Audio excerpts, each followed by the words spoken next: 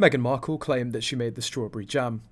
A number of influencers, socialites and friends of Meghan's received the inaugural item from a range.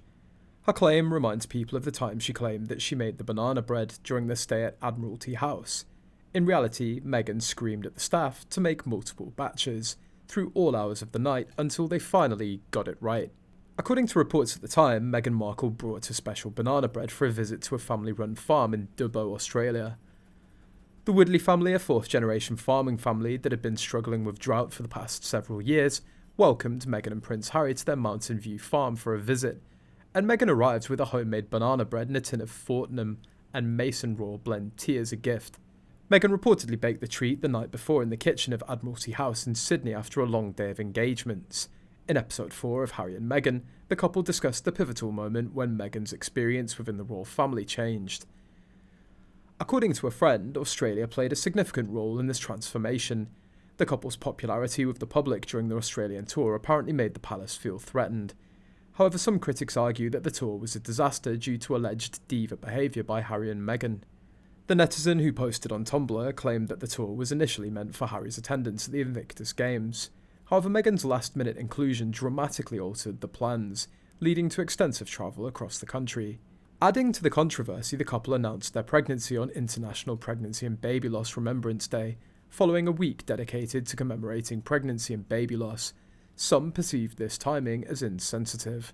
Regarding accommodations, Harry and Meghan stayed in the guest wing of Admiralty House during their visit to Australia. However, Meghan reportedly demanded the entire house, leading to a confrontation with the wife of the Governor-General, who responded with a firm refusal. Meghan reportedly told the wife of the governor, "Don't you know who I am?" When the couple visited Dubbo, Meghan had the Admiralty House staff stay up all night cooking banana bread for her to take according to her own recipe, rejecting batch after batch and demanding that they redo it. She then presented the bread as something that she'd made herself. The final result was less than impressive. Instead of spending all their time at the Invictus Games, Harry and his wife attended the first and last days. Meghan spent the whole time there at the first day, complaining that she was bored. Harry demanded that Meghan make a speech at the closing ceremony that wasn't planned as part of the event. The couple's diva behaviour disgusted a lot of people.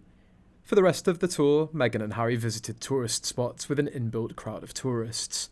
Despite this, photos of the crowd at those events usually had to be taken at close range, as long range would show the crowd as a few people crammed into a small space, and then lots of empty or sparsely filled spaces. Meghan spent the entire tour sticking out her stomach to simulate a pregnancy bulge whenever she could. This is what first raised suspicions about the pregnancy. Meghan spent a fair bit of the tour less than appropriately dressed for the occasion. She looked crumpled and untidy at all times. Meghan threw a cup of hot tea at an assistant during her time here. The palace paid the assistant a sum of money. Harry went around Admiralty House repeatedly apologising for the behaviour of his wife.